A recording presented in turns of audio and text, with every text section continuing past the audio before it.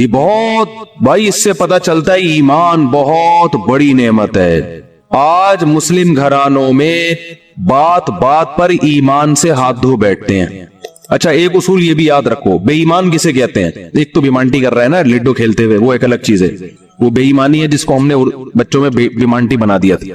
وہ بیمانٹی اور چیز ہے. کہیں آپ کہیں کہ لڈو میں تم نے کوٹ ادھر سے یوں کر دیا, چھکا چوکا آیا ہوا تھا چھکا کر دیا اس کو, تو تم بے ایمانی کر رہے ہو, تو تمہارا ایمان نہیں ہے. آخرت میں قطعاً تمہاری بخشش نہیں ہوگی. ایسا فتویٰ نہ لگا دیں. بے ایمانی کو بیمانٹی کہتے ہیں ہم لوگ. اب آپ لوگ پتہ نہیں کیا کہتے تھے, ہم تو بیمانٹی کر رہے ہیں بھائی.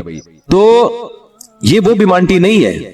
یہ جو جس بیمانٹی کی قرآن بات کر رہا ہے نا, یہ کیا مطلب؟ اللہ کے وجود کا انکار کیا جائے, یا اللہ کے ساتھ کسی کو شریک مانا جائے, یا اللہ کے کسی پیغمبر پر اعتراض کیا جائے, یا اللہ کا کوئی حکم جس کے بارے میں آپ کو 2 اور 2 4 کی طرح معلوم ہے کہ یہ واقعی اللہ کا حکم ہے, اس حکم پر اعتراض کیا جائے. کیونکہ یہ تمام چیزیں اصل میں اللہ کا انکار ہی اس سے لازم آ رہا ہے, انکار ہی لازم آ رہا ہے. گویا آپ اپنے آپ کو اللہ سے بڑا بنا رہے ہو. تو یہ ہے کفر. دوسری بات یہ کہ اسلام میں احکام کا مدار زبان پر رکھا ہے, زبان پر. آج لوگ چھوٹی چھوٹی باتوں پہ زبان سے کلمہ کفر نکال دیتے ہیں, اور وہ سمجھتے ہیں کہ اس سے ہوگا کیا. ہمارے ہاں جو لبرل گھرانے میں پیدا ہونے والے بچے ہیں نا, ان کو ذرا سی ٹینشن ہو تو فوراً اللہ کو برا بلا معاذ اللہ کہنا شروع کر دیتے. میں ایسے اللہ کو مانتا ہی نہیں ہوں. ایک خاتون کے میاں نے کہیں دوسری شادی کی بات کی, ان کی وہ کہتی میں, خاتون نے فوراً کہہ دیا کہ میں ایسے اسلام کو ہی نہیں مانتی جو مرد کو اجازت دیتا ہے دوسری شادی. تو بھائی آپ کسی اور طرح سے لڑ لو اس سے, آپ اس کو نہیں کرنے دو. اس سے تھوڑی کفر ہے. تو عورت کی فطرت ہے نہ کرنے دو اس کو, بولو بھائی مجھے بہت تکلیف ہوتی ہے, میں نہیں برداشت کر سکتی. وہ فرض تھوڑی ہے کرنا, اجازت دی ہے نا. اسلام نے گن پوائنٹ پہ تھوڑی کہا کہ لازمی کرو. وہ تو میں گن پوائنٹ لے کے بیٹھا ہوں, بندوقیں یہاں پہ ٹھا کرو, ٹھیک ہے نا, وہ تو میرا ہیڈک ہے نا, وہ اسلام کا تھوڑی ہے. تو بھائی یہ کہہ لو کہ نہیں کرو مجھے تکلیف ہوتی ہے, جھوٹی موٹی کی بے ہوش ہو جاؤ, جھوٹی موٹی کی خودکشی کی دھمکیاں دے دو, ہاتھ پاؤں یوں کر لو اپنے تھوڑے سے یوں عجیب سے کر لو, یہ ہوتا ہے سارے, یہ سب چل رہا ہوتا ہے مارکیٹ میں. کچھ بھی کر لو, اس سے آپ کافر نہیں ہوگی. کیونکہ عورت کو سوگن کی تکلیف ہونا نیچرل ہے. وہ نہیں چاہتی میرا میاں کسی اور کا ہو جائے, پھر اس میں خطرات بھی ہوتے ہیں, پتہ نہیں برابری کرے گا نہیں کرے گا. تو یہ رائٹ ہے. عورت صحابیات کو بھی تکلیف ہوتی تھی. حضرت ابراہیم علیہ السلام نے جب دوسری شادی کی ہے تو آپ کی زوجہ کو, پہلی زوجہ کتنی نیک تھی, مگر ان کو بھی تکلیف ہوئی تھی. تو یہ تو نیچرل ہے. لیکن آپ اللہ پر آ جاؤ, اگر اللہ پہ اعتراضات شروع کر دو, اسلام پہ اعتراضات شروع کر دو, تو بھائی اللہ سے آگے نکلنے کی کوشش ہو رہی ہے. پھر یہ کیا ہو رہا ہے, پھر اللہ نہیں بخش. دوسری تیسری شادی تو بہت دوسرا مسئلہ ہے. اللہ کہے گا تم نے مجھ پہ کیسے انگلی اٹھا دی ہے, مجھے کیسے غلط کہہ دیا. اور یہ آج کل بہت ہو رہا ہے, بات بات پہ کفر زبان سے نکال دیتے ہیں, غموں میں حوصلے چھوڑ دیتے ہیں. لوگ آ کے ملتے ہیں, یہ میرے ساتھ ٹینشن, یہ میرے ساتھ مسئلہ, یہ میرے ساتھ مسئلہ, پتہ نہیں اللہ کہاں ہے. ایک آدمی کے بچے کا انتقال ہوا, کہہ رہے یار اللہ کو میرا ہی بچہ مارنا تھا. بھائی تم کس کے مقابلے میں آ کے کھڑے ہو رہے ہو, خدا سے مقابلہ کر رہے ہو تم. تو یاد رکھو اللہ کی جو صفت ہے نا وہ ہے کبریائی, استغنا. اس سے لڑ کے, اسے برا بلا کہہ کے, اس کے خزانوں سے ایک تنکا بھی نہیں لیا جا سکتا. وہ آپ کے ان جذبات سے متاثر نہیں ہوتا. اگر آپ یہ سمجھو گے میں یوں کروں گا, دیکھو باپ کے سامنے تڑیاں بعض دفعہ چل جاتی ہیں, باپ کے سامنے بعض دفعہ تڑیاں, میں ابا کو مانتا ہی نہیں جو مجھے جائیداد سے آگ کر دیں اور مجھے گاڑی نہ لے کے دیں. ابا ہو سکتا ہے متاثر ہو کے بولے بھائی چل یار یہ گاڑی تیرے نام کر دی, میں نے یہ پلاٹ تیرے نام کر دیا. میرا بیٹا تو مجھے ماننے سے انکار کر رہا ہے. لیکن اللہ کا اصول جو قرآن اور سنت سے پتہ چلتا ہے, جو آسمانی کتابوں سے پتہ چلتا ہے, وہ اصول یہ ہے کہ آج تک کسی نے اللہ کے خزانے سے اللہ کو معاذ اللہ برا بلا کہہ کے, اللہ پہ اعتراضات کر کے, اسلام کو برا بلا کہہ کے, اللہ کے پیغمبروں کو برا بلا کہہ کے, اس طرح سے واویلا کر کے, اگر آپ یہ سمجھتے ہو کہ اللہ کو آپ پہ ترس آ جائے گا کہ ہائے بیچارہ بہت ہی مجبور ہے, تو یہ دماغ سے ہمیشہ کے لیے نکال دو. اس سے بڑی سزا میں اللہ آپ کو ڈالے گا, اس سے بڑی سزا, اور وہ جہنم کی آگ. یہ تو کچھ بھی نہیں ہے. تبھی تو خودکشی کرنے والے پر اللہ کو ترس نہیں آتا. خودکشی کرنے والا ایک طرح سے انتقام لے رہا ہے اللہ سے کہ اللہ تو نے مجھے زندگی دی, مجھے اس قابل تو چھوڑا نہیں, تو نے تو میرے ساتھ غلط کیا, میں ہی مجھے زندگی, مجھے گفٹ چاہیے ہی نہیں نعمت. جیسے نا آپ باپ نے آپ کو گفٹ دیا ہو اور آپ دشمنی میں آ کے باپ کو گفٹ واپس کر دو, مجھے نہیں چاہیے, ایسے پھینک دو آپ. تو ہو سکتا ہے باپ کا یہ اصول ہو, پھر بھی وہ کہے نہیں میرا بیٹا ایسا نہیں. لیکن اللہ کا اصول نہیں ہے.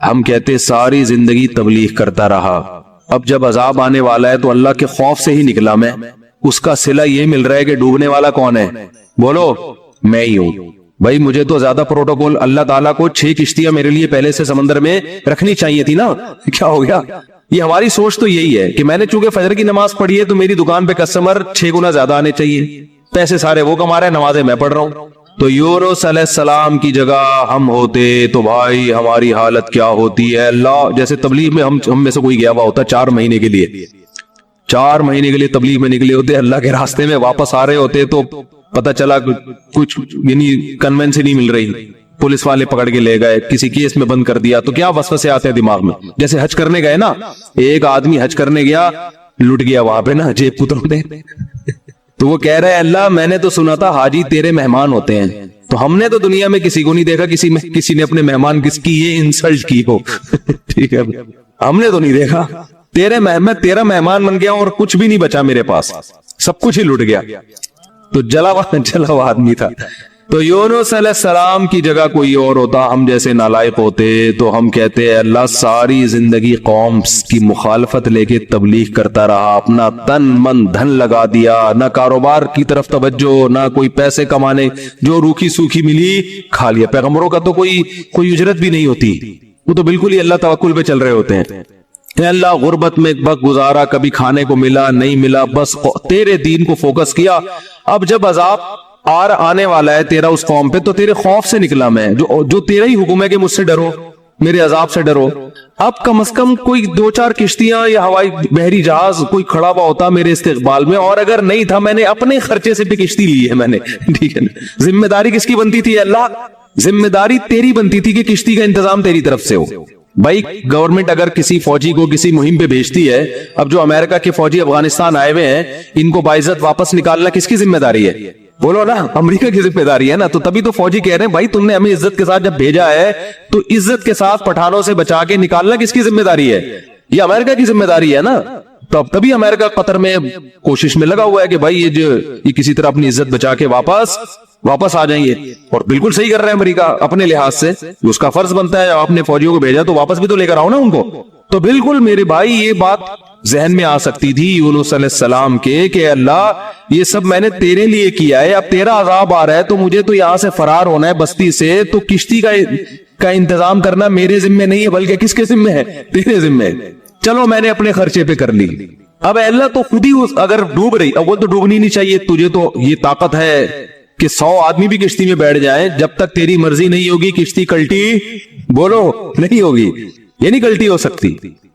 دوسری آزمائش تو نے یہ آزمائش میں ڈال دے کشتی کلٹی ہو رہی ہے، اور اگر کلٹی ہو بھی رہی ہے تو ایسے نالائق لوگ اس کشتی پہ بیٹھے ہوئے ہیں۔ کار آمد تو صرف اس میں یونس علیہ السلام تھے، باقی تو سارے نالائق کیونکہ مشرک لوگ تھے، سارے بت پرست، پان گٹکے والے، سگریٹ والے، تمباکو والے، سارے اس میں بیٹھے ہوئے ہیں، وہ تو پتہ نہیں کیا کیا نشہ کرتے ہوں گے، سارے ایک نمبر کے چور یہاں بیٹھے ہوئے کشتی میں۔ تو اللہ ان میں سے کسی کو تو خود ہی جو ہے نا ڈلوا دیتا۔ اور قرآن اندازی ہو رہی ہے تو نام کس کا آ رہا ہے؟ میرا نام آ رہا ہے، جس نے ساری زندگی تبلیغ کی۔